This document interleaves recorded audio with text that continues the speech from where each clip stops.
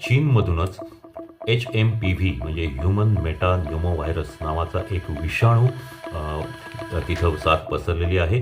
याची बाधा झाल्यानंतर त्या व्यक्तीला नाकातून प्रचंड पाणी गळणं, शिंका येणं, खोकला येणं, घसा खवखवणं, ताप येणं, याचबरोबर हा जर आजार वाढत गेला तर न्यूमोनिया होण्यासारखीही लक्षणं दिसून येतात. कोविडसारखंच जर ही साथ पसरत राहिली तर कदाचित याचीही मोठी साथ येण्याची जगामध्ये अनेक देशांना भीती वाटत आहे. निर्मिती झाली आणि संपूर्ण जगभर तो पसरून सर्व जगामध्ये महामारी पसरली.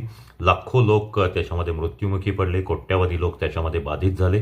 त्याचप्रमाणे 2025च्या सुरुवातीलाही चीनमधूनच HMPV म्हणजे ह्युमन मेटा न्यूमोव्हायरस नावाचा एक विषाणू तिथं साथ पसरलेली आहे. परंतु हा विषाणू फारसा नवीन नाही. या विषाणूची साथ काही वर्षांपूर्वी किंवा काही काळापूर्वी अमेरिका, कॅनडा आणि अन्य देशातही आली होती. हा विषाणू कोविडसारखाच जरी असला तरी कोविडच्या गटातला नाही.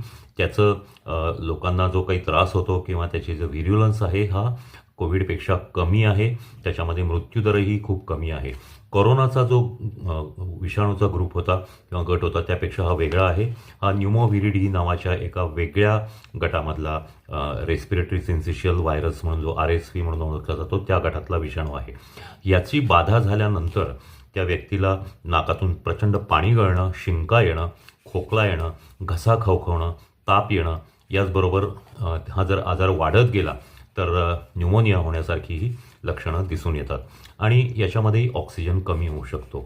परंतु हा तितका धोकादायक नाही. साधारणतः 5 ते 10 दिवसात हा आजार पूर्णपणे बरा होतो. व्यवस्थित विश्रांती आणि इतर काही औषधं तापाची किंवा इतर घेतली तर व्यक्ती बरी होऊ शकते. भारतामध्ये याचे रुग्ण अजूनही आढळलेले नाहीत. परंतु कोविडसारखंच जर ही साथ पसरत राहिली तर कदाचित याचीही मोठी साथ येण्याची जगामध्ये अनेक देशांना भीती वाटत आहे. ह्या आजारावर अजूनही कुठलंही औषध नाही.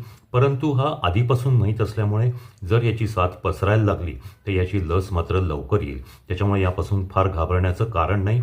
याचे प्रतिबंधक उपाय कोरोनासारखेच आहेत.